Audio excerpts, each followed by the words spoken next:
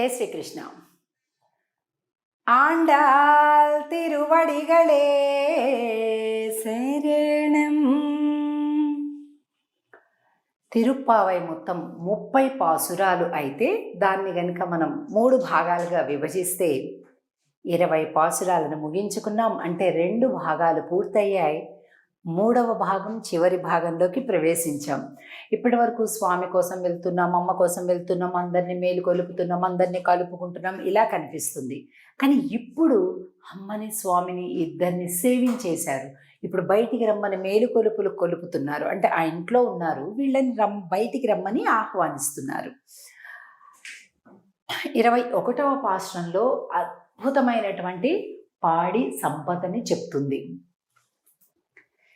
ஏத்தக்கலங்கள் எதிர் பொங்கி மீதளிப்பா மாத்தாதே பால் சொரியும் வள்ளல் பெரும் பசுக்கள்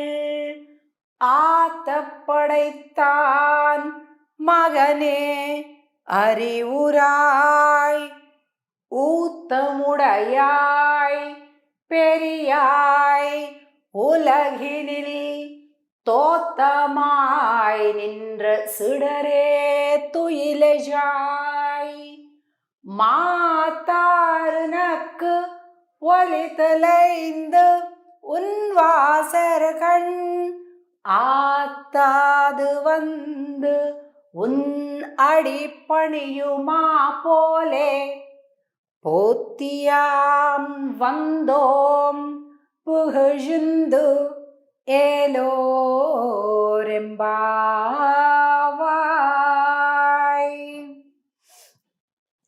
ఈ పాశ్రంలో గొప్ప పశు సంపద ఎలా ఉందట అంటే, ఈ ఆవుల పొదుగుల కింద ఈ కుండలు పెట్టడమే ఆలస్యం. అసలు కుండ ఎప్పుడు తెస్తున్నారు, ఆ కింద పెడుతున్నారా గోపమ్మ, ఇప్పుడు ఇచ్చేద్దాం పాలు అనుకుంటున్నాయంట ఆవులు. అలాగంట కుండల నిండా కూడా పాలు స్రవిస్తూ ఉన్నాయంట. ఎలా స్రవిస్తున్నాయి?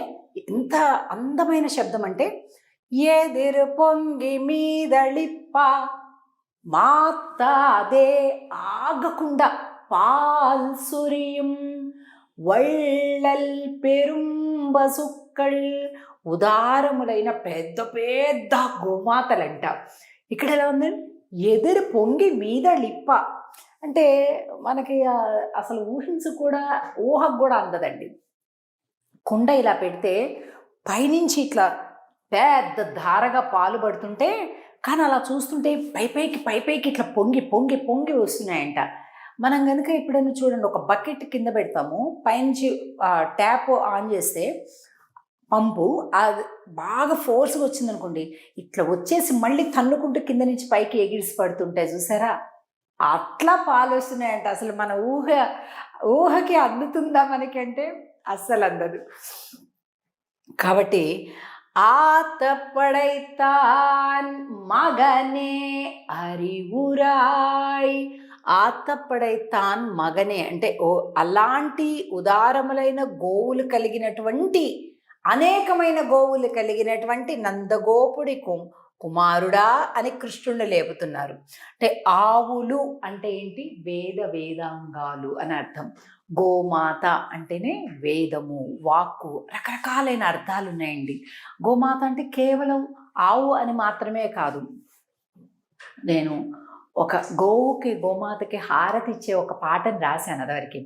అందులో ఉంటుందన్నమాట, గోవన పృథివీ వృషభం గోవన సూర్యుడు వాణి గోవన ఇంద్రియ సుఖము గోవన సకల దేవతామూర్తి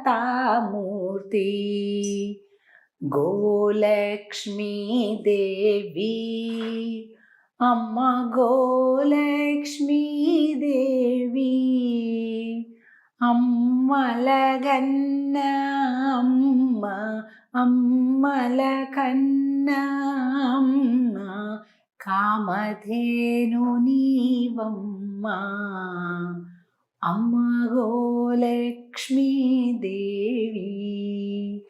గోవు అంటే వాక్కు, గోవు అంటే వేదం, గోవు అంటే సూర్యుడు, గోవు అంటే ఇంద్రియ సుఖము, గోవు అంటే భూమాత, గోవు అంటే సకల దేవతల యొక్క ప్రతిస్వరూపము. ఇన్ని రకాలైన అర్థాలు ఉన్నాయన్నమాట. కాబట్టి ఇలాంటి గోవులు వేల లక్షల కొద్దీ ఉన్నాయంట నందగోపుడి దగ్గర. అంత సంపద కలిగినటువంటి వాని యొక్క కుమారుడా అని శ్రీకృష్ణుని మేలుకొలుపుతున్నారు. అలాగే పాలు అని ఎప్పుడైతే అంటామో, పాలు అంటే ఏంటి? ఆచార్యుల యొక్క ఉపదేశాలు. మనం వేదాంగాల నుంచి ఇప్పుడు ఉత్త గోమాత ఉంటే మనకి ఎలా పాలు చేరుతాయండి? పాలు ఉండాలి. ఆ పాలు అంటే ఏంటి? ఆచార్యుల యొక్క ఉపదేశాలు అన్నమాట. చక్కగా వేద అరణ్యాలలో సంచరించి చాలా కఠినమైనటువంటి శాస్త్ర అర్థాలన్నింటినీ కూడా వారు స్వీకరించి దానిని చాలా చాలా సులభమైనటువంటి భాషలో మనకిస్తుంటారు. అదనమాట. అలాగే పాత్రలు అంటే కింద పట్టేటటువంటి కుండలు, పాత్రలు దేనికి ప్రతీకలు అంటే జ్ఞానాన్ని కోరుకునేటటువంటి శిష్యులకి ప్రతీకలు అన్నమాట. అలాగే ఔదార్యము కలిగినటువంటి గోమాతలు అంటే శిష్యులకి ఏదైనా చెప్పాలి చెయ్యాలి అనేటటువంటి ఒక ఆతృత కలిగినటువంటి ఆచార్యులట. ఇలాగా వీటన్నింటినీ కూడా చెప్తూ ఇలాంటి నీకు మంగళం పాడటానికి వచ్చాము అని. ఇక్కడ ఏదైతే ఉందో ఉదారము కల పెద్ద ఆవులు, కుండలు, పాత్రలు ఏమిటి ఇదంతా అనేటటువంటి దానికి మళ్ళా తిరిగి క్లుప్తంగా చక్కగా చెప్పాము. అలాగే సుడరే తుయిలలు ఉనక్కు ఒలి తొలైన్ దున్వాసరగణ్ ఆత్తాదు వందు ఉన్నడు పనియు మాపోలే. ఇక్కడ చూడండి, ఉదారములైనటువంటి గోమాతల నుంచి పాలని అనేకాలుగా తీసుకుంటూ ఉన్నటువంటి ఈ గోపికలందరూ కూడా ఆత్తాదు ఉన్నడు పనియు మాపోలే అంటున్నారు. అంటే ఏంటి? నీ యొక్క గుణములకు, నీ యొక్క వైభవానికి, నీ యొక్క ప్రేమకు, నీ యొక్క సౌందర్యానికి, నీ యొక్క సర్వజ్ఞత్వానికి మేము ఆగలేకపోతున్నాము. ఎలాగైతే ఒక బాణం తగిలిపోతే గిలగిలగిల రెపరెపరెపరెపలాడుతూ వచ్చేసి టప్మని పడిపోతారో, మా హృదయాలు కూడా దేనికి పడిపోయాయి?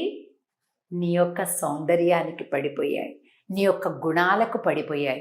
మాకు ఇంకేది వద్దు, నువ్వు మాత్రమే కావాలి అని అంటూ స్వామి యొక్క గుణ వైభవాన్ని చెప్తున్నారనమాట ఈ పాశురంలో. ఇంకా ఈ చివరి లైన్లో చూస్తే చూడండి, తోత్తమాయ్ నిండ్ర సుడరే తుయిలర. సుడరే అంటే గొప్ప జ్యోతి స్వరూపుడా అని అర్థం అనమాట. తుయిలజాయ్, నిన్ను మేలుకొలుపులు పాడటానికి వచ్చామయ్యా అని అంటున్నారు ఈ పాశురంలో. ఇక దీని తర్వాత వచ్చేటటువంటి 22వ పాశురంలో అభిమానం అనేటటువంటిది పూర్తిగా లేదు మాకు. అంటే అహంకారము, మమకారము, అభిమానము అన్నీ వదిలి నీ పాదాలను శరణు కోరడానికి వచ్చాము అని కోరుతున్నారు 22వ పాశురంలో. దాన్ని చూద్దాం. ఆండాళ్ తిరువడిగళే శరణం. జై శ్రీకృష్ణ.